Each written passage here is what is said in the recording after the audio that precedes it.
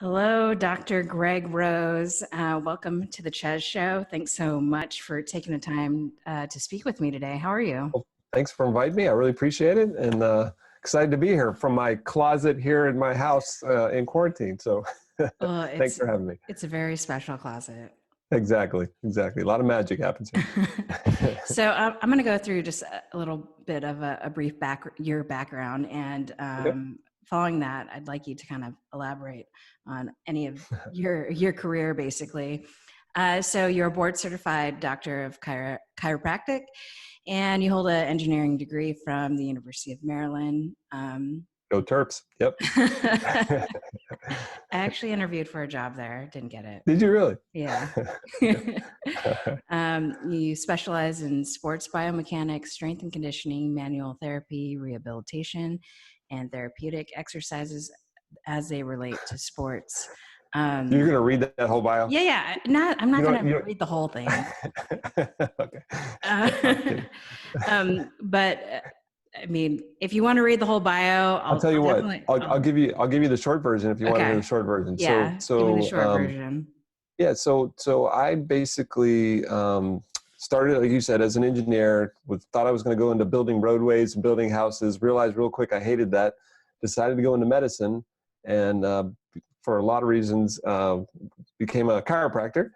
And I actually fell in love with the game of golf when I was at the University of Maryland. Actually worked at the golf course there. And when I finished my chiropractic degree, I was going to move back to Maryland, which is where I'm from. And I decided I was going to open up a practice called Advantage Golf. And everybody said, "You're crazy. You can't open a chiropractic practice just for one sport." And I was always like, well, that's what the eye doctor said when he said he was just going to work with eyes. Everybody thought he was crazy. It worked out for them. So I did it anyway, and my practice exploded. That was in 1996. I always say it's better to be lucky than good. And in 1996, Tiger Woods started the game of golf too. And a lot of people were like, what is this young phenom doing? And I was always, because I think the engineering, into the biomechanics and trying to understand. And I had some pretty cool technology back then. And we started doing some really cool stuff with analyzing golfers and trying to figure out how to extract any performance out of these players. And just to kind of give you a little side story is in 1996, there was a company in Virginia, just south of me, named Functional Movement Systems, or FMS. There was a physical therapist by the name of Gray Cook and a guy by the name of Lee Burton. They started working with athletes the same time I did, and we kind of became friends. And Gray and Lee at FMS decided to develop a screen. And the screen was, Gray back then would say, a lot of us in the medical world would work on athletes that were injured. And once we get an athlete, let's say we have a pitcher or we have a hitter that's injured, we would try and rehab them, get them feel better. And then as soon as they were better, all of us would say, listen, you got to get in the gym and keep yourself from getting injured. That's really important. But a lot of them would go to the gym, and what would they do? They would hurt themselves, right? And we're like, man, that's frustrating, right? So they decided to develop a screen, a movement-based screen, to try and identify any movements that you should stay away from that might actually potentially injure you. And it was kind of a neat idea back then. Nobody was really doing anything like this. Reebok picked up their screen in 1998, became part of what's called Reebok University, and started to go all over the world. Now that idea of movement screening always intrigued me, and I was like, we should come up with a sport-specific movement screen. And I developed one for golf. And in 2000, decided to open up this amazing facility in Gaithersburg, Maryland. It was called Club Golf. It was part of a huge sport and health club, which was a 10,000 square foot gym. And then a 80,000 square foot gym. We built a 10,000 square foot addition that was called Club Golf. And it basically had all the hitting cages. It had some of our early 3D motion capture video stations. Plus we had an entire medical center with orthopedic surgeons, physical therapists, chiropractors. It was pretty amazing. And that was in 2000. In 2000, I had over 3,000 patients that were golfers from all over the world. So I knew this niching in a sport would work really well. And then out of nowhere, a golf pro in Baltimore, Maryland, brought in a young 8-year-old, he was 9 years old. His name is Peter Uline, to actually have me evaluate him. And he brought his dad with him. Well, I didn't realize his dad was the CEO of Titleist. Just to fast forward, Peter Uline's on the PGA Tour now. Mm-hmm. And Wally Uline was the CEO of Titleist. When he saw what we were doing, he was like, man, this is amazing. I think what you're doing could help make golfers play better, play longer. And that's billions of dollars for us at Titleist because they buy our golf balls and our equipment. And he said, I want to help you. And basically they decided to become a sponsor. We were doing some research for them. And the next thing you know, I get offered to run something called the Titleist Performance Institute. Moved out here to where I'm at now in San Diego, California. And since 2003, I've pretty much taken care of all the health and fitness of Titleist golfers worldwide, which there's over 8,000 players that they sponsor. So I always say we have one of the biggest teams in sports. And then just to kind of finish my story. So in 2003, when I got this job, I said, one of the things I always give advice to coaches is you should always surround yourself with people who are way smarter than you. And that's something I've done really well. And I created an advisory board at TPI, or at the Titleist facility here, of 63 men and women that I just think were some of the smartest in the world. And I created a medical advisory board. And on that board, I brought that Gray Cook in, who was doing the functional movement screen. And I said, hey, I want to do a medical version. Like, the functional movement screen was for healthy people. I like to do one to try and identify maybe where the injuries are coming from. And we co-developed something called the SFMA, the Selective Functional Movement Assessment. I tell you that story because in 2008, SFMA and FMS merged, and I'm now one of the owners also of Functional Movement Systems. And FMS is one of the largest movement screening in the world. We actually have a station at the NFL Combine. We've been doing that since 2009. We have a station at the NHL Combine. We've been doing that since 2011. We do all the special forces here in the United States, from Navy SEALs to Delta Force. It's hard to name a league, a federation. Every MLB team, all of them have a FMS certified evaluator on their teams. So because of that, I've kind of branched into a lot of sports, where what I do is I spend most of my day analyzing movement data and biomechanics. We do a lot of the 3D motion capture of athletes, and try to figure out how to extract that performance, make them a little bit better, give the coaches or the trainers, any information that can give them that little edge. I was brought into baseball in 2004 by Dr. Tom House, who's on our advisory board from the pitching world.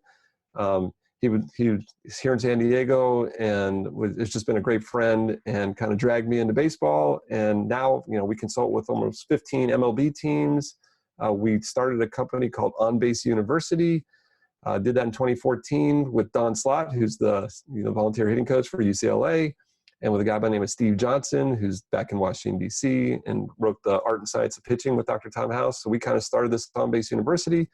We have a fast pitch softball class coming out here pretty soon, which I'm very excited about. We've been working with Team USA softball for the last 6 months, just analyzing all kinds of incredible athletes there. And that's my story. That's the short story. Wow. It's incredible. It's fun. I got a fun job, that's for sure. When you kind of transformed On Base University, was there any hesitancy in terms of like getting in there and trying to not necessarily like replicate, but it does create a whole new mountain to climb. Well, anytime, see, what's kind of funny is I've done this in enough sports now. Like U.S. lacrosse was having us do something with them at one point, and I did something with the Chinese table tennis thing.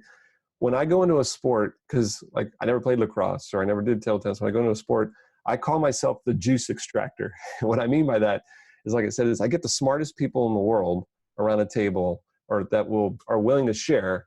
And I ask a lot of really dumb questions, right? I just keep asking questions, and I keep trying to extract information out of the brain. And we kind of have a method to how I feel the best way to develop these programs. And to me, the key is can you get those people around a table, right? That was our only fear was, would these incredible coaches, strength conditioning coaches, medical professionals be willing to share this information? And it's been like overwhelmingly positive. Like everybody, I think, loves the projects, love them getting involved. They you hear about these silos in baseball and softball, like, UCLA doesn't want to share with Arizona or like, all this stuff. But when you really get down to it, coaches don't want to be in a bubble. They have their ideas, but they want to have this collective. A great example would be TrackMan. TrackMan, which is not coming to softball yet, but I know it's coming. I've been actually talking to the guys at TrackMan.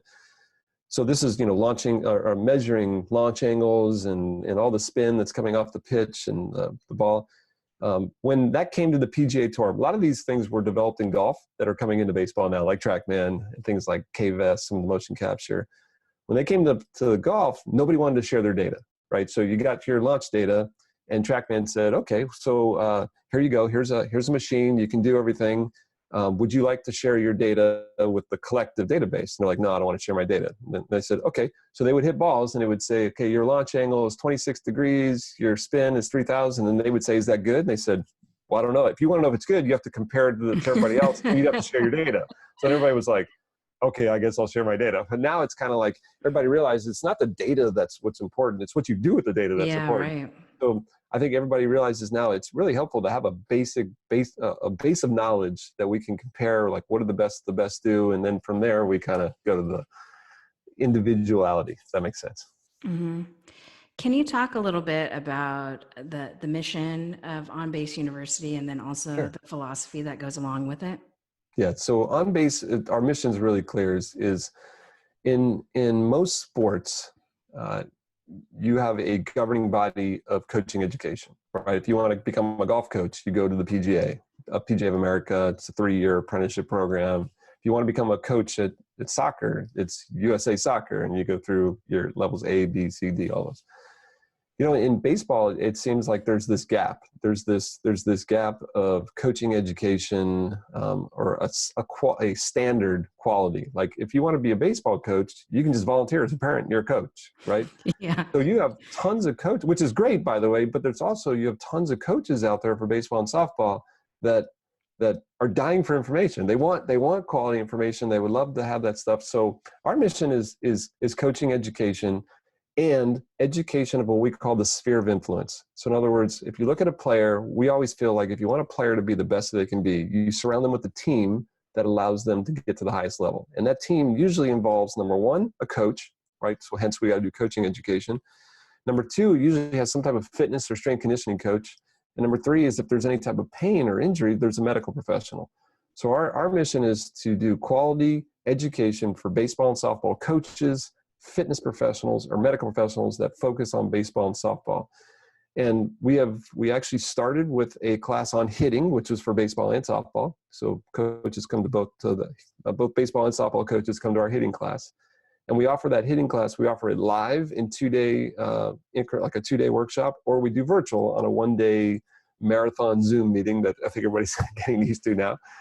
We have an online course that you take before either one of those. So you watch the online course and then you come to either the 1-day webinar or a 2-day live event. So we have a hitting class. We have a baseball pitching class for pitching coaches. And then like I've said earlier, is we've been under development for the last 8 months of a fast pitch softball class that I think we're launching, I'm hoping September, we'll be launching this fast pitch softball via webinar first or online pieces. And then our goal is to open up, let's say those are undergraduate, right? You take these things, but we also have our master's programs and our PhD programs. So we want to have an entire track, like a level 2 and a level 3 for fitness. We want to have a level 2 and a level 3 for medical professionals. We want one on junior development, something we've done in some other sports that's really cool. We want a level 2 for our pitching and our hitting. And we've kind of integrated, like we actually are developing our level 2 pitching baseball right now. And we have in that class, Rapsodo, which is one of the launch monitors. You'll get Rapsodo certified. You'll get Driveline, one of the innovators in doing some of the training in baseball. You'll get the Driveline certification as well. So we're trying to bring the best of class from around baseball and softball and put them under this university that we're calling OnBase University. That's our mission. Yeah. For people who've never heard of OnBase University, can you kind of explain the importance of the work that you're doing and how that can benefit the athletes? Yeah. So I think what the thing that sets us apart from any other organization, at least I believe, is our philosophy on technique. And what I mean by that is, like, if you go to any event anywhere, go to any team anywhere, the coach usually has some type of technical bias based on style. And what does that mean? That means, like, if I'm going to have you pitch, I might say, I like what Kat Osterman does. I like her movement. So I'm going to film you and I'm going to compare you to Kat and look, your arm's in a different position. So I think your arm should be over here. But you know, if your thought is Kat's not my style, I like Ali Carter. Okay, that's totally different, right? So if I put Ali over here, which again, 2 great pitchers, but if you decide on a style-based form of coaching, you now are going to try and make all your players do what your hero or your model does. And from a science perspective, we know that is in my opinion, one of the worst ways to coach, because basically what you're doing is you're assuming that everybody can physically do what Ali Carter can do, or can physically do what Kat Osman can do. And I don't think I have to say this out loud, but how many people do you think can physically do what these incredible athletes can do? Not a lot, right? It's a small percentage. It's a small percent. So when I put Monica Abbott on the screen and I put another picture, a young girl next to her, and I say, look, this is the position, she's at the top of the arm circle, and you need to do this too. If that girl can't physically do that, you're telling them to do something they can't physically do. And that's called horrible coaching, right? Because that's frustrating not only for the coach, but for the player, right? So our philosophy is very different. Our philosophy is this. We say, listen, there's a million ways to pitch. And who am I to say that the best way has been discovered already? There might be some young girl coming out that's going to show us some way that we've never seen before. So we want innovation. We want new changes. So instead of looking at style as our indicator of, hey, this is how we think you should pitch, we said 22 years ago, we said, is there a different way to do this? Instead of looking at style, can we just figure out, is what you're doing working or not? And if it's working, if it's efficient, well, who am I to say that that's a bad style? So to do that requires some really different approach, I would say, to evaluating athletes. So our entire approach is based on what we call efficiency versus style. So in other words, why don't we physically check first to see what our athlete can do? Once I understand what the athlete can do, then let's measure them using some of the state-of-the-art equipment now. This is like where 3D motion capture comes in to see is what they're doing working? And if it is working, we're good. Let's just make sure they don't break down and try and make it as fast as possible. If it's not working, let's try and figure out how to build a pitch or a hitting, say, technique that actually they can physically do, or we need to get them with our PIC crew, our medical and fitness, and change what they can physically do. That's the core of our philosophy at On Base. So for people who are thinking right now, like, Dr. Rose, I don't have access to a 3D motion capture system. Yep, you don't need it. Yeah, where do they start? Think of it like this. When the MRI came out for doctors, okay, an MRI machine's a couple $1 million, and doctors were like, first of all, they were like, what is, like, I've never seen this before. Like, is that a tumor? Like, what is, like, we were discovering things we've never seen before. Then there are certain doctors that are like, I don't have an MRI machine. I don't need to learn that, right? And then there's other ones who are like, I don't even care if I have an MRI machine or not. There's some really cool stuff I can learn from this. So there's two types of people. I hope you could see how hopefully you were the second person, because the first doctor's not around anymore, right? Right. So right now, if you go to a doctor, if you go to an orthopedic surgeon and you bring your MRIs for your hip, you assume they can read the MRI, right? Yeah. But you don't think they have an MRI machine in their office, do you? Because they don't, right? Yeah. So it's the same way, right? 3D motion capture is allowing us to look inside the athlete and see how they create power and how they transfer power through their body and how different athletes do this in different ways. And by understanding that information, it just makes you a better coach. Now, once you see this, of course, every doctor wants an MRI. I love to have an MRI, right? But what you'll see, like in golf, there are 3D testing centers everywhere in the United States. Within 20 minutes of wherever you live, I can get you to go to a lab and get tested, right? That will happen, it's happening in baseball right now. It's kind of like a wave going. That will start happening in softball. I'm seeing the labs opening up. A lot of the universities are opening up the labs now. And that'll slowly start to migrate. It was kind of like TrackMan in golf. Like TrackMan, we were, every golfer, every PGA Tour player has their own TrackMan. They carry them, and they go around with them. When baseball started, they were like, I don't know, it's just going to do in stadiums. Right. And now there's the personal units. Now there's Rapsodo, and it's just going, the same thing's going to happen with 3D motion capture. So I'm always like, listen, this isn't going anywhere. You're not going to beat technology. Technology is coming, because it's like cheating. Like, why guess when you can assess? So I always say, first and foremost, it doesn't matter if you have the technology or not. Just by understanding it makes you a better coach, makes your eyes better, trains your eyes better. Now, there are systems where, like, when I first started doing motion capture back when I was in Maryland, I mean, the first system that we bought, okay, this system was, I mean, it's embarrassing to say, but it was one of those cameras with a VCR tape. This is how old I am, right? Yeah. And basically we would take these PVC pipes and we would film with two cameras. We would have to go into our computer back then, which was like a Commodore 64, and we would digitize each point. And I remember I did a motion capture on Eric Gagne from the Dodgers in like 2000 or 1999, 2000. He was down in Vero Beach, and it took us 2 days to get the data for one throw, right? And that system was like $40,000 back then, which is crazy. We have systems at our facility right now that are over $250,000, like these huge systems. Well, now you can go get like a K-Vest. A K-Vest is a Bluetooth sensor system that's like $5,000. And everyone's like, man, that's crazy. I'm like, you have no idea. Like in 2 minutes, you get instantaneous, and you can set up and capture a player, and it's instantaneous, where it used to take us 2 days and cost $50,000. So it's just, the price just keeps coming down and down, and it's going to keep doing that. And with time, you know, you're going to be able to use your cell phone to get 3D motion capture data. I mean, I can't wait for those days. Yeah, but, me too. It's not too far away. Yeah.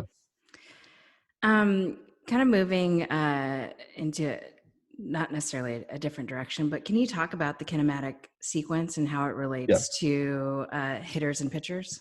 Sure. So the kinematic sequence, that word is kind of what I was referring to with our philosophy. Remember I said, I don't care what their style looks like. I just care if they're efficient. Now, let me just define efficiency real quick. So efficiency is basically, can you repeat it, whether it's your swing or your pitch? Do you have command, whether it's your swing or your pitch? And can you maximize power with the least amount of effort? So if you can repeat it, you have command, and you can maximize power with the least amount of effort, we're going to say that's efficient. So the question is, how do you measure that, right? Because that's not with a video camera. Now, you can kind of see command with the video camera and see if they can control this, but are they maximizing power with the least amount of effort? Is it repeatable? Those are things where we kind of go to more advanced technology, and that's where we use 3D motion capture. And we found that by looking at a graph, taking the data and looking at a graph called the kinematic sequence graph, we can actually measure efficiency. We can measure how efficient you are. So that's what kinematic sequence is the measurement of how efficient pitchers are, hitters are at creating power and transferring power through their body. And what we found is that if you take, let's take 2 pitchers on Team USA right now. Let's take Monica Abbott and Ali Carter, which, like I said, I think they look completely different. I think any pitching coach would agree. If I took you on the Goodyear blimp above the stadium, and I said, okay, I'm not going to tell you who's on the mound right now, and I just let you watch from the Goodyear blimp, I think you could tell who was who, right? Mm-hmm. But if I showed you their kinematic sequence, which I have, if I showed you the kinematic sequence of how they generate power and how they transfer power, I don't think you can tell the difference, which is really cool. It's like they both crack the whip. Like if you get hit with the whip, it's going to hurt. They just do it different ways, right? Mm-hmm. So it's, imagine like there's this wave of energy going through your body. You start from the ground, this ground reaction force, you push from the ground, and that ground reaction force starts this chain of energy, and it goes up through your lower body, and your lower body starts to rotate, and then the trunk starts to rotate. And then the arms start to circle, or your arms start to swing, and then the barrel starts to come through. And it's like a whip. It starts from the handle, the ground, and it starts transferring through the body. We can actually measure that. That's called the kinematic sequence. Mm-hmm. And what's really cool about that is the best pitchers, the best hitters in the world, they do that chain of event in the exact same way. They start with, so for hitting, the lower body starts to rotate first. So the pelvis starts to rotate. Then the energy transfers to the trunk. The trunk starts to rotate second. Then it goes to the lead arm. The lead arm starts to rotate, and then the barrel goes. That kind of makes sense. 1, 2, 3, 4. Yeah. For fast pitch, it's kind of interesting with fast pitch. This is, and no one's ever done really the research on this. I think we're kind of, there's been a couple people that have experimented with it, but I think we're about to launch the biggest research project on this ever's been done, is the lower body rotates too. So there's obviously a linear motion with pitching. So it's almost like a broad, they're gonna move forward, but they take that linear momentum and try and turn it into rotation and arm circle, right? So they have this linear motion. When they hit, the lower body starts to rotate. Now what's interesting is when the arm is rotating in a circle, it kind of needs to do that around a stable trunk. So we don't see a ton of trunk speed with fast pitch pitchers. We see lots of lower body speed. We see almost a stable trunk. And then what you'll see is the energy kind of goes from the upper arm's going, the elbow starts to extend a little bit. Then we get the forearm coming in, and then pronation. Now that little chain of pelvis, upper arm, forearm, pronation is almost universal across the best pitchers. Now, depending on the pitch that you're throwing, we're going to see some different sequences of what happens in the wrist, right? So, we could see, hey, you start with a flexion, or you start with what's called hinging or ulnar hinging, or you start with pronation, depending on the type of pitch they're going to throw. And those are kind of the sequences that we've been trying to lay out, like what's the right way to throw a screwball? What's the right way to throw a rise? Or hey, what's different about how come Cat can throw a drop like that, but this player can't? And that's what's really, really interesting is once you understand the chain of events, the energy and how it goes through, again, even if you can't measure it, now you know what to go coach, right? If that makes sense. Yeah. Yeah. That's the kinematic sequence. So what makes Cat Osterman's drop ball so good? Can I tell you after the Olympics? Would that be Yeah, fair? yeah, that's fine. I get that. No, I'll tell you one thing. Obviously they're incredible. And each one of them, if we go through each of the hitters and the pitchers, what's kind of cool, and we've been meeting with each one of them over the last few weeks. I think they'll even be able to tell you now, I think, better on why they're so good. Because I'm not even sure if they know why someone thinks they're so good. But I would say Kat has that roll-off drop. So this right here on her, and this, I know it sounds stupid, but like if I look at the speed at which this happens, right? Of course, you just can't see my arm down here. But okay, so the speed at which that happens is probably 2 to 3 times faster than anybody else on that team, which is pretty interesting. Yeah. Yeah, but that could also be the technique that she uses, right? The way she does it. Yeah. Yeah, and I don't know if you have been studying men's fast pitch, but men predominantly throw what's called the peel drop, which is the style of drop ball that Cat throws, which would be kind of fascinating to see kind of the degrees. Yeah. And I'll tell you, now I said our philosophy at On Base is this kinematic sequence, efficiency versus style. The other thing that I think that separates us is what we call the body hitting or the body pitching connection. And that is one of the really cool tools that we give when you come to one of our workshops. The first thing that you're going to learn is a tool that most coaches don't have right now. And that is, I can physically screen you, right? Never watch you pitch, never watch you hit, physically screen you. And after I'm done, pretty good at predicting what your pitching or hitting is going to look like, which is a really cool skill to have. And we actually even have an app that the coaches do, and we have a little AI engine on the app. And after you're done doing the physical screen, it predicts. And it's scary how good this app is. So things like, if I check your wrist extension. So Tez, what were you? Were you, what did you play? I played I graduated in 2006, and I actually played with Kat. What position? Short and second. Okay, so you didn't pitch? No. So let me see your hand like this. Okay, so that's still pretty good, right? Look, you're kicking my butt right there. Wow. Okay, so look at that. So that ability right there, like if I were to measure that, like on someone like Kat or a lot of, that's usually really good range of motion, right? But then there are some girls that we test that they're like, this is as far as I can go, right? Now, if this is as far as they can go, and you're like, hey, I can go way farther, well, then all we're going to tell you is that if I was your brain, I might not do a peel drop. Yeah. You know what I mean? Because you might not be able to get your hand in the position that we want. So take that to hitting, take that anywhere. As we create a physical screen. We take our players through a screen that we know helps us predict why you do what you do. And I always say movement screening doesn't tell me what you can and can't do. Like if you can't do this, doesn't mean you can't do fast pitch. It just helps me understand why you do it that way. Right. And that's one of the cool things we do with the screen is when you're done doing the screen, based on learning your movements, I can now kind of predict like, all right, you're probably going to throw your rise like this, your drop like this, when you hit your high and inside, it's going to suck, but low and away, you're pretty good. But, we can kind of go through and figure out exactly why you do what you do. Now, once we do that, I always tell everybody, like when we take players through a physical screen and we sit them down and we go, okay, so I'm just curious. I haven't watched you throw yet, or I haven't watched you hit yet. You have a problem, with getting jammed inside and the inside fastball. If they're like, yeah, that's always my biggest problem. I'm like, kind of makes sense. I go, I kind of noticed that with your body, that's going to be hard for you to get into. And all of a sudden their brains start going, wait a minute, you've never seen me hit before. You've never seen me throw before. How did you know that I don't have a screwball, or that I didn't I'm trying to figure out how you knew this. And you say, listen, it's pretty simple. The body kind of wants to do what it's good at. It doesn't want to try and do what it's bad at. It kind of takes the path of least resistance. And when they start seeing that there's a connection between their body and their technique, 2 really cool things happen on most players. Number one is they get an excuse, which is huge. Like, do not forget like how important that is. If they're like, I'm not an idiot. It's not that my body couldn't do it. Like, I just didn't realize my hip didn't rotate, and that's part of my problem. But then it leads to the second thing, which is the key to motivation, and that's hope, right? And they're like, so are you telling me like if I work on this, that I can actually throw a screwball? We're like, maybe it'll definitely be easier. And that whole little chain reaction is what's really cool when they Mm-hmm. see that little body swing, body hitting connection, body pitching connection. Mm-hmm. Yeah, because I imagine when you first started working with baseball or softball, that initial skepticism in terms of Yeah. like how those two pieces connected. Yeah. And I'm sure there's been plenty of times where the light bulb has gone on. Do you Yeah. have any Although, I mean, particular stories?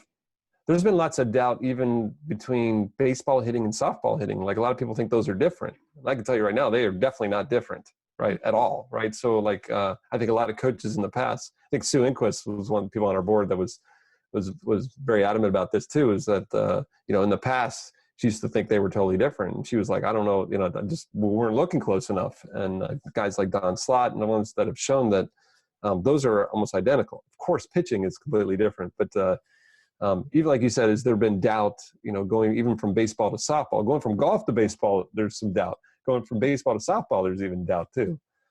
But it's just basically all you have to do is get the data. If you get the data and you get the players and you get the coaches, it's kind of hard to argue with science once you have it. Mm-hmm. So, based on how many softball players have you assessed so far? Can I just say a bunch? Yeah, yeah. We actually have a ton of teams now. If it wasn't for COVID, a lot of my colleges know this. At some point, we're going to do a run again, and we're going to go hit a lot of the colleges. But we've been so, like I said, we've been so blessed to have like some of the top, let's say the top universities have us come out and get their players, and then obviously Team USA, and then we've got some of the people on our advisory board have these incredible academies where they just have hundreds of girls in there that they allow us to just go in there and collect data. And when you're first doing stuff, you're saying, can I go collect data, but can I not tell you anything because I don't know what I'm looking at, right? So that's kind of weird at first, but I think they've been so great. It's been incredible. Yeah. Can you talk about some of the common hitting and pitching characteristics that you've seen Sure. through the athletes that you've assessed?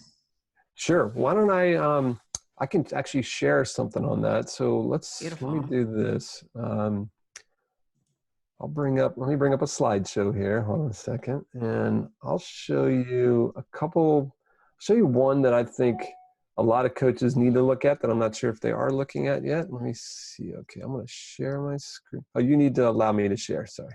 Okay.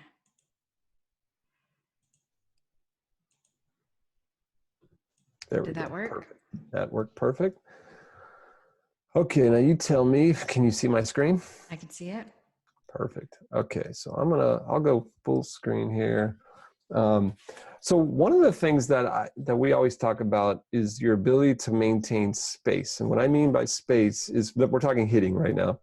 And to maintain space is critically important, and that is the distance between your lower body and home plate.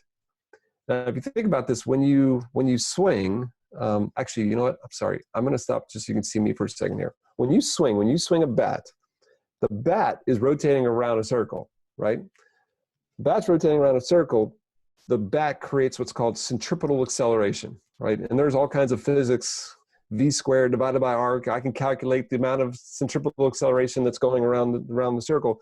But basically, there's this energy and momentum where the bat wants to fly away from you, right? So hitters, what they have to do is you have to pull back just to keep the bat going on a circle. A lot of people ask, like, how strong do you have to be? We can actually calculate how strong you have to pull based on the velocity of the bat. And it's kind of interesting. You can really start to see how much strength is required if you want to get that bat moving, going from 60 miles an hour to 100 miles an hour. It's incredible how much strength is required just to keep it going on a circle. So this centripetal acceleration wants to fly away. So if you think about this, to keep the bat on a circle, I have to pull back. And the best hitters pull back with their entire body, pull back. And they actually create space between the plate that allows the bat to accelerate.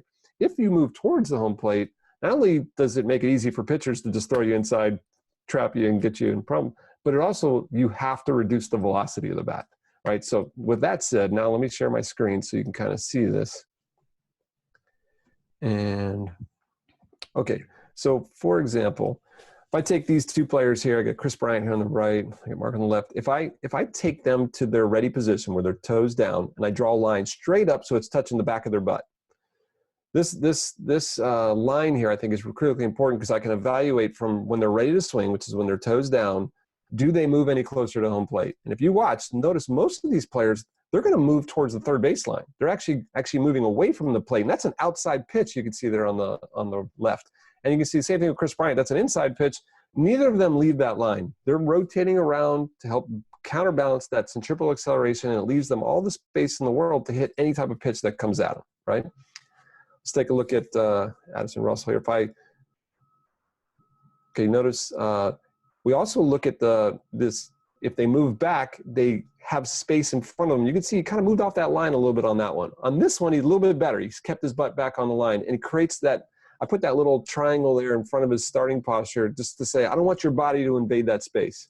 On the left, he kind of invaded that space a little bit. Right there, his body kind of moved in a little bit, and you see his butt come off the line. Where on the right, his butt stays on the line, and he still maintains that space. Now, if the ball is outside the plate, like maybe the one on the left, if it was an outside pitch, well, if you're going to go after it, well, then maybe you're going to leave the line. But if it was a strike, you should stay on that line. And kind of here's what we see, and I'm going to actually take over the control here. So if I put this line on this young kid's lower body, you can see immediately they just start moving forward and losing space. When they immediately move forward, I know a couple things are happening. So number one, I know that centripetal acceleration has to be reduced. So you are reducing the velocity on the bat.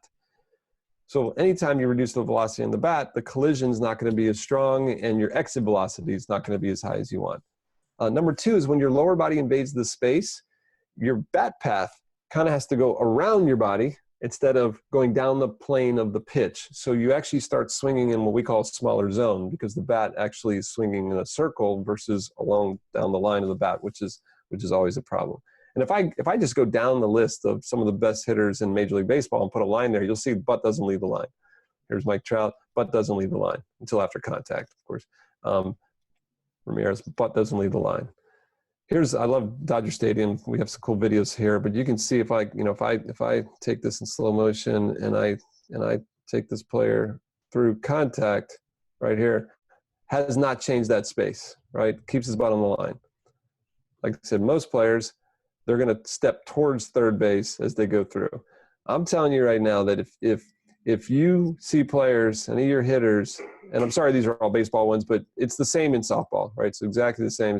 If you see that type of movement towards home plate, not only are they reducing the velocity on the bat, right, but again, they're hitting in a smaller zone, which can definitely be a problem, right? So that's one. When you say, hey, what's some of the most common ones? That's a unique one that a lot of people don't look at. We call that early extension. I'm going to show you one more for hitting, and then we can talk pitching. Is that cool? Is that stuff you want to see? Yeah. Okay, cool. Okay, this is exactly what I want to see. Okay. I'm like, so now what I'd like to do, I'm going to actually show you a combo of what I see one of the biggest arguments out there right now, okay, of should I hang back or should I weight shift forward? You probably from the Ted Williams, Charlie Lau type of world of coaching. So let's dig into that real fast, because this is always whoops, forgot to share. Hold on. Let me get a share. And there we go. And we call these, by the way, the inhibitors. These are we call them the big 13. These are the 13 most common inhibitors of the kinematic sequence from a technique standpoint. So we just looked at one called losing space. Here's hanging back. So hanging back, now what we do is we take our player and we draw a vertical line right outside the back foot, make it vertical, right? So you can see two all-stars here. Got the line outside their foot. Then we're just going to take them through their swing, and we're going to look to see what happens.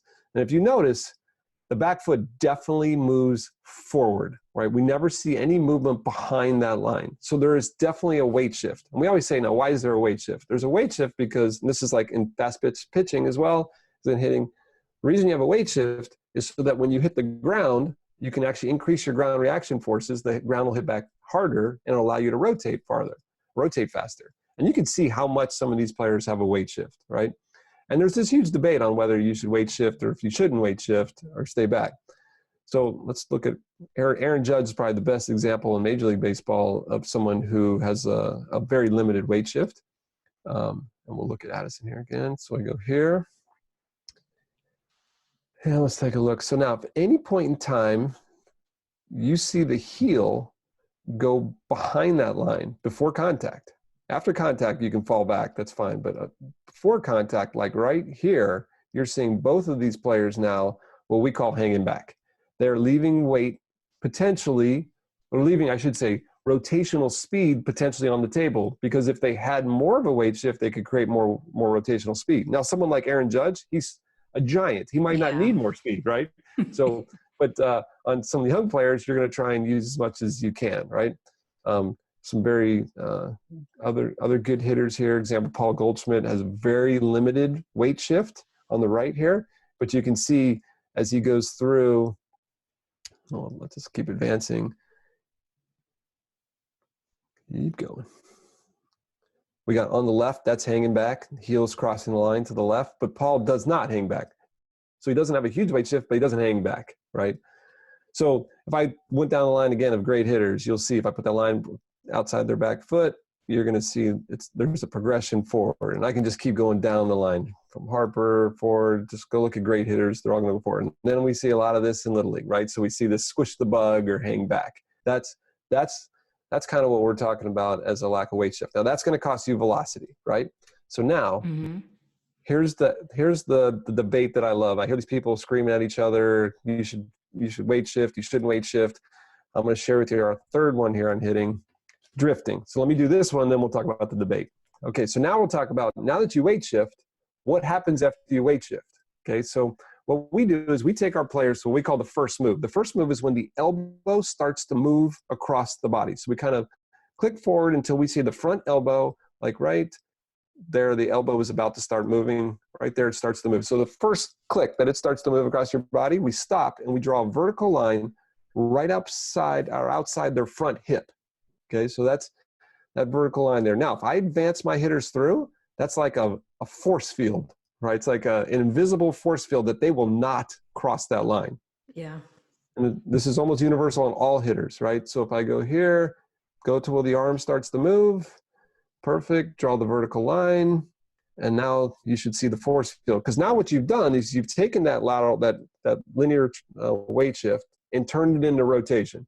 So you've hit the front side, firmed up the front side, and create rotation. Okay. So I always say, like, I think the problem out there is you have people going, if you go forward past the line, we call it drifting, right? If you stay back before, we showed you hanging back. I think the people that argue that you should hang back don't want drifting. Yeah. And the people that adrift are saying, so I'm going, listen, the right answer is you're both right. You shouldn't drift and you shouldn't hang back. The best in the world actually weight shift and they don't drift. You know, so I see this, and I'll talk. So let me show you a drift. Here's an example of a drift, and then I can share my screen. So if I take him forward, draw the line, and you can see if there's the line outside the front hip, and the body just keeps moving forward. Now, that doesn't look like a big deal. It's a huge deal when it comes to power and how we're going to get power, right?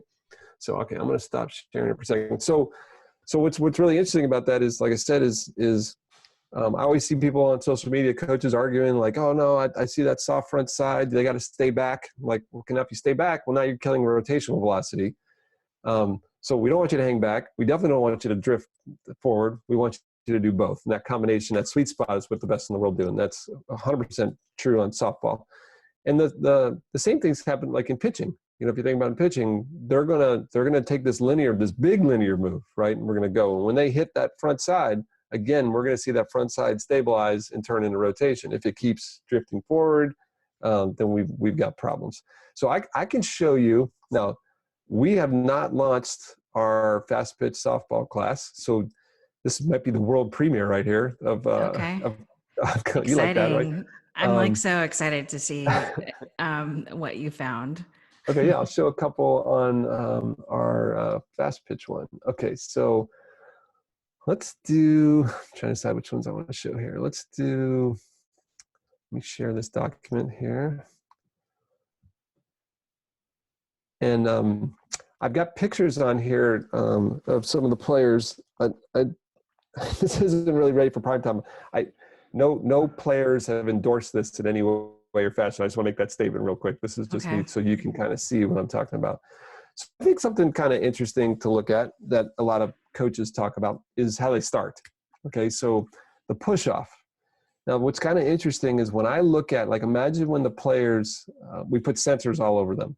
And we got Monica Abbott here on the left, and we have a young lady on the right. Imagine if I had the players swallow a sensor. Imagine that sensor's in the middle of the pelvis. We actually measure how fast that pelvis moves, miles per hour towards home plate. And some of these girls are getting 7, 8 miles an hour, which doesn't sound like a lot. That's a lot, like coming out of the blocks. Like there's some serious movement. Now to do that, we actually go to our world of track and field. And track and field, if you look at sprinters in the blocks, one of the keys of coming out of the blocks is you have to get your center of mass, right, in front of your center of pressure so that when you push, it actually goes forward. If it's too vertical, when you push, it actually goes vertical and it doesn't get you linear momentum, if that makes sense. That's why you always want this leaning forward. So one of our characteristics we call is an upright start. An upright start, you can kind of see it here. What we do is we take them to what we call liftoff. Liftoff is the point at which the stride leg leaves the ground. Okay, so as soon as the stride leg leaves the ground, so you can see both players, they're just about that toes. Next frame, the toe would be off the ground, the back toe. We draw a vertical line right up front knee.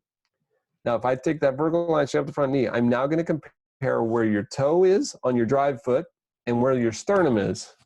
And both of those, I want to see the sternum in front of that line, and I want to see the toe behind that line. If you do that, then normally when you push, your push is going to create linear momentum. If, like you can see on the young lady on the right, if the sternum is above that line at this point in time, a lot of your push is going to be vertical, and it's going to cost you miles per hour. It's going to cost you stride length, and then it's going to ultimately cost you rotational velocity because you don't have the linear to turn into rotary. That make sense? Yes. So fascinating. Okay. I love it. So that's an upright start. Now let's see. Another one that I think you guys might like. Let's see. Let me go to. We got so many. Hold on. Let me find the next one. I think we should do. Let's see. Try to decide which one's better. Let's do, since we talked drifting. Well, no, I think you kind of get that one. Let's talk this. Let's talk elbow, because I hear a lot of coaches talk about elbow snap and does the elbow do anything? Does it not do anything? And sorry to interrupt you. There's definitely, and I think Dana can attest to this too. There's so much focus on like spins and snapping. I mean, I'd like to kind of hear. It feels like it kind of pertains to this. No, ask your question because it might focus where I go. Okay. There's a ton of pitching coaches that focus on spins, really focusing on the latter part of the pitch sequence. When like in the overhand throw, that tends to be, you have your wrist flick drills and then the flicking drill. And I just want to know, kind of through studying your pitchers, should that even be a point of focus when it comes to... Is the wrist motion important? Is that what you're asking? Is the focus on the flick, should that be a central focus for a lot of pitching coaches when it comes to teaching, particular so pitchers? based on the research I've done with let's just take Team USA and UCLA, and let's just take like those pitchers over there. The answer would be a 100% yes. Okay. Of how much velocity that they can create from their wrist. Okay. is astonishing. Like I've seen Monica do up to almost 11,000 degrees per second. Just so you know, by the way, we have sensors that we use in all of our tracking, and there's a company called KVS that does a lot of the motion capture for baseball, almost every MLB team. Those sensors came from golf, right? And when we put sensors on you, we're tracking how fast things are moving, right? And normally, the pelvis is moving like 500 to 700 degrees per second. The torso is moving somewhere around 1,000 degrees per second. And then the arms moving 1,300, 1,400. And then if it's a golf club, it's moving like 2,300 to 3,000 degrees per second. If it's a baseball bat, same thing. It's moving 2,200, 2,500 degrees per second. Then we got into baseball pitching, right? And all of a sudden the sensors blew up, We're like, what the hell's going on? Mm-hmm. What we realized is that in baseball pitching, we look at elbow extension and we're looking at pronation. All of a sudden, they were getting pronation velocities that were getting like 6,000, 7,000 degrees per second. These sensors didn't move that fast. Yeah. So wow. a lot of these companies like KVS are upgrading their sensors now because they're like, wow, we're actually in a sport where it's moving faster than most other sports. So like when we get to like 6,000 degrees per second, that's like RPMs of the tire, 7,000, that's fast. Yeah. Clock Monica at 11,000 degrees per second with wrist pronation one time. Wow. That's insane. I mean, that's faster than any MLB pitcher on the planet. There's no MLB pitcher that's going to get 11,000 degrees per second, right? Mm-hmm. Now, you'd have to ask her, you know, how many drills did she do with wrist type of stuff, but that doesn't come naturally. You got to train that, right? So that's really, really important. So with that said, I'll show you two characteristics. There are two inhibitors. I'll show you three for hitting. I'll show you three for fast pitch. So we had the upright start. So one thing that has become very clear on the kinematic sequence is that there tends to be the arm is soft. You can see on Monica, the elbow is bent here.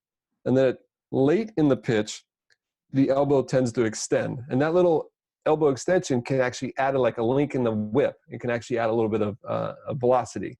So you can see the girl on the right, we call that early elbow extension. She's kind of locked her arm out early. So it's kind of like, instead of coming in bent and then snapping, it's snapped early, right? So we're always looking to see that we take the player to the 3/4 arm circle position.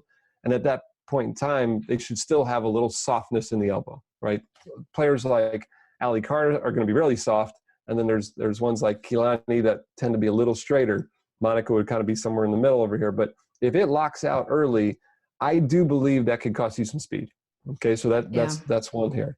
Now let's take it down to the lower part of the release, right before release, kind of what you're talking about. One of the keys with any type of energy transfer is not only accelerating, but deceleration. And what's really interesting in the kinematic sequence, we look at the order in which you accelerate, but what sets apart the great from the good is not the order in which they accelerate, it's the order in which they decelerate. And what's kind of interesting about that, it's kind of like, imagine when the trunk rotates, it slows down the lower body. It needs something to grab onto. So when the trunk rotates, it slows down the previous segment. When the arm rotates, it slows down the trunk. When the bat rotates, it slows down the arm. So there's this order of, as they start to fire the body parts, it actually slows down the previous segment. That's just kind of how the muscles work. They have something to grab onto. If I'm going to take my energy from my arm to now my wrist, I need to kind of stop my arm. I need to stabilize the arm to be able to accelerate the wrist. And it's interesting because we have pitchers that do this a little differently, but I want to show you this one right here called sweeping, that I call sweeping. And that is, we take the pitcher, and I'll blow this up a little bit. We take the pitcher, and I've got Cat here on the left. We take the pitcher to connection. So connection is when the elbow gets right next to the body. Okay, when the elbow gets right next to the body, what you'll notice is for at least 3 to 4 frames, which we're talking milliseconds here, but 3 to 4 frames, if you look at Kat's elbow, her arm, between the elbow and the shoulder, not the forearm, between the elbow and the shoulder, it pins against the body.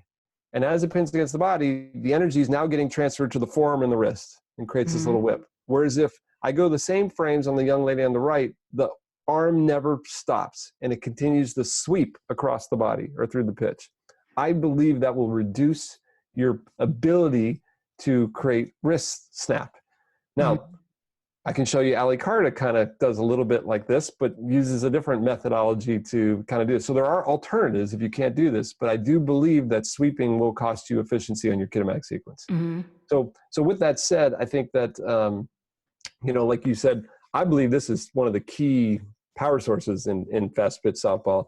And it's amazing on how these pitchers tend to isolate or help themselves get there and be able to decelerate. And even the whole conversation of should you rotate your pelvis or not rotate your pelvis, a lot of those things, I think we're starting to kind of put the nail in the coffin on those, on what you should do. But if you can get that energy to be able to transfer to the wrist, it's a definite positive. Wow. We look at the total velocities, like how fast does this happen, how fast is this happening, and how fast is this happening. We add them up, like total velocities. When I look at the total velocities, like on Team USA, and then I go look at, one of our advisory boards clinics over there, I mean, the total velocities in the wrists are like 5-6 times more than we see with the younger players.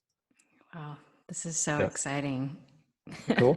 Any key insights to your assessments with Team USA that you care to share? I just gave you some of the best insights right there. No, they're already going to throw me off the team right now. No, okay, no.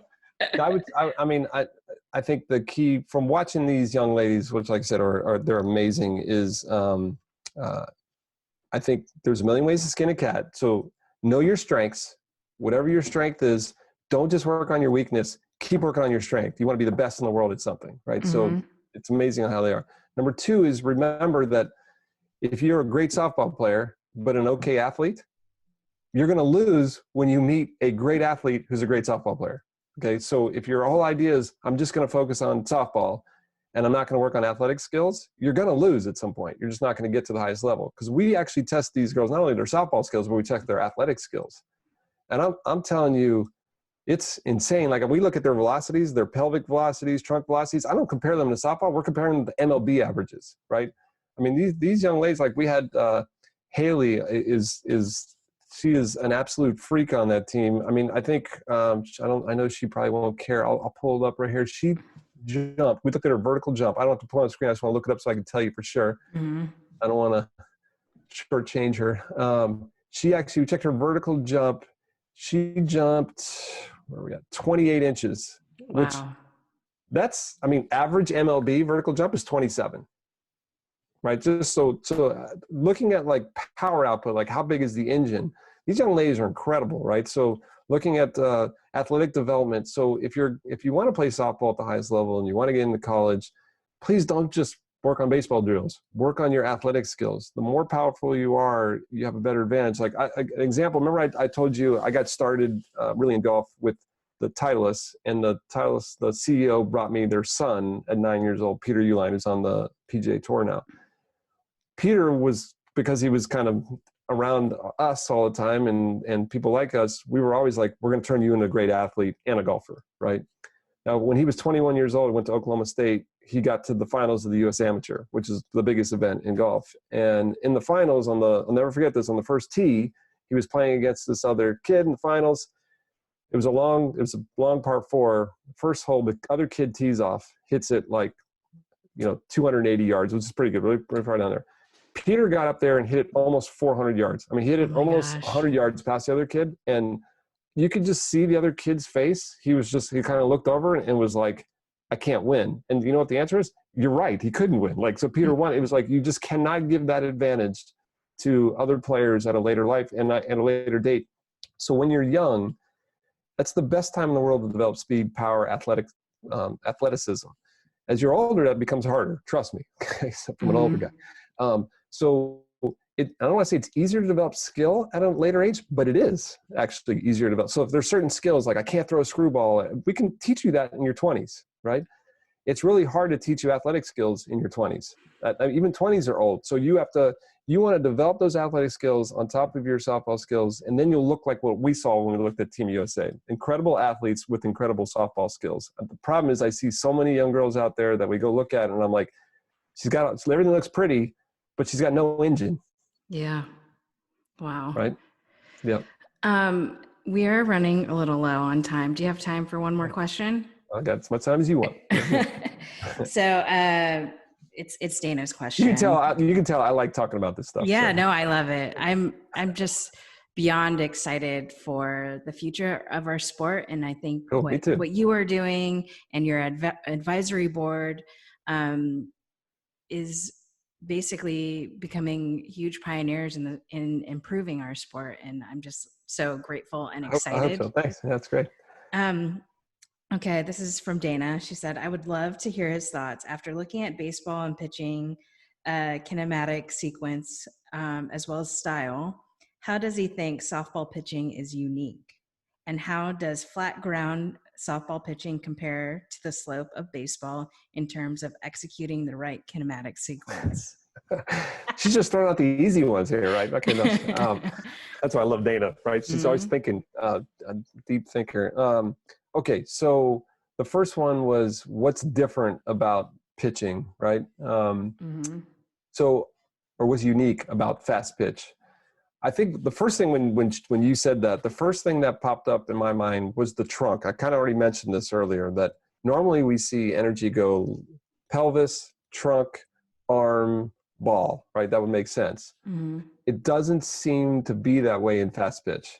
So in other words, it's not this rotate your lower body, rotate your trunk, rotate your arm, and over here. It's almost rotate your lower body, stabilize your trunk as you start to swing. So there's almost like this, and I'm not saying there are certain pitchers, some great pitchers that actually do it right. They actually go here to here. So I think as we collect it, once we get 20,000 pitchers on there, I think we'll know like overall, should you have that? And because just because a great player doesn't use this doesn't mean they couldn't even be better if they did, right?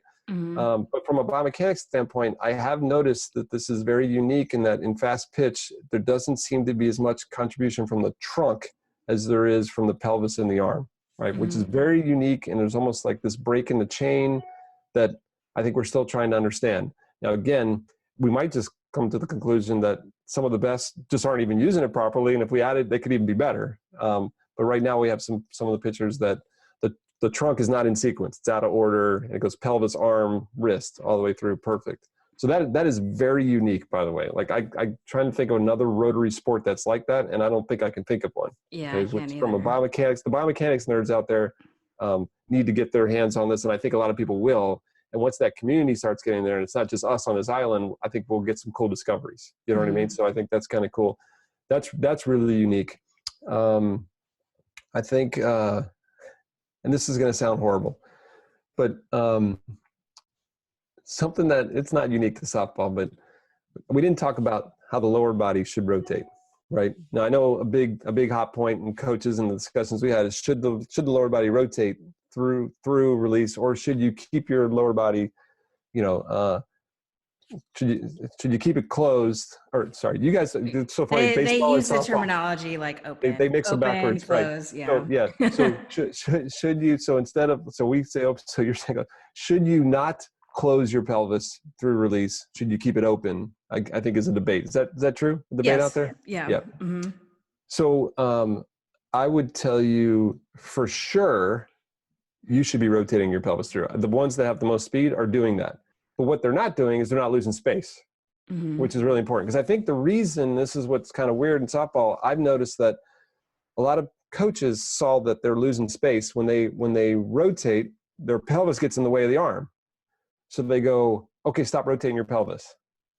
I'm like, wait a minute, that's like saying like, hey, your lower body sucks in pitching, so just throw off your knees. Instead of going, maybe we should fix your lower body, right? So there's this whole wave, and I know people are going to go crazy to me saying this, right? But I'm telling you that I'm not giving my opinion. I'm giving facts that the best in the world, the lower body keeps rotating, but it doesn't move forward. They actually rotate and maintain space for the arm. So there's nothing to worry about. But if you let them rotate and move towards the plate, which is a character inhibitor we didn't really talk about, but if you do that and lose space, like we showed you in hitting, well, then I agree. But I think, now, is it easier to just not rotate? Yeah, probably. But what's easy isn't always what's best, right? So I'll kind of say that. So I hopefully everybody knows, the people who know what I'm talking about know what I mean here, that the best in the world tend to rotate and create space for the arm. If they just stop, then you're going to create this problem where the lower body's not creating speed. I already told you the trunk doesn't create speed. Now you can put a lot of stress on the arm, in my opinion, and the elbow, right? So that's a little unique. That's a little different that we've seen with fast pitch. Those are two. We've seen a bunch. The wrist we can talk all day on, but those are the two big things that came to mind. Now her second question, I'm trying to remember. Her second question was, the mound was the slope versus flat ground. Yes. So what's kind of interesting here is, pitchers in Major League Baseball want a bigger mound, right? We want a bigger mound because as I step down the mound, it creates this energy that goes back.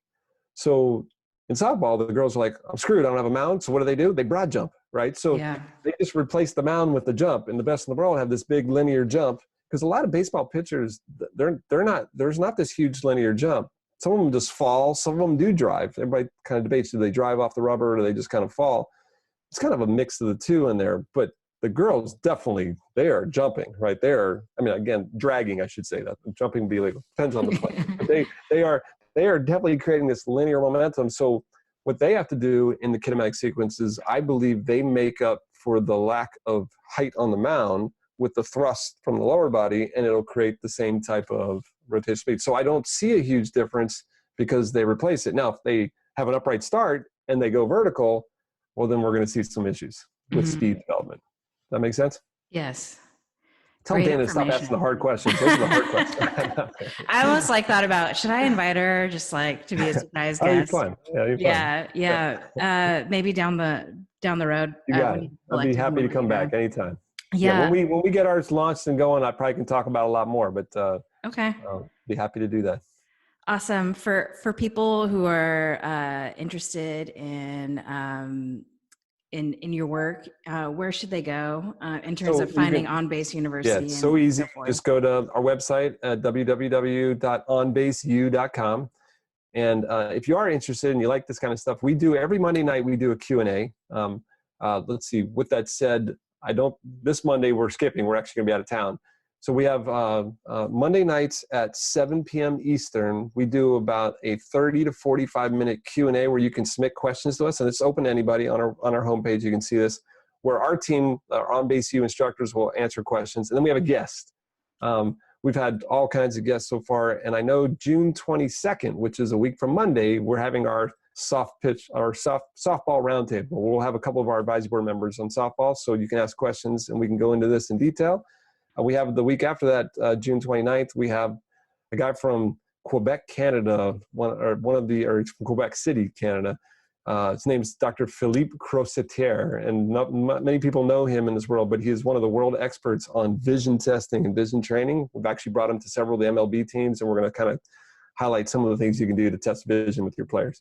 So that's one of the easiest ways is to go to our onbaseu.com, go look at the homepage. You can sign up for these Zoom Q&As. And then, of course, our seminars are listed. And like I said, keep your eyes tuned. The Fast Pitch Softball is coming soon.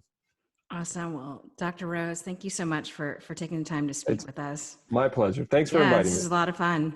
Cool. Anytime. Thanks, Jess. Appreciate it. You're welcome.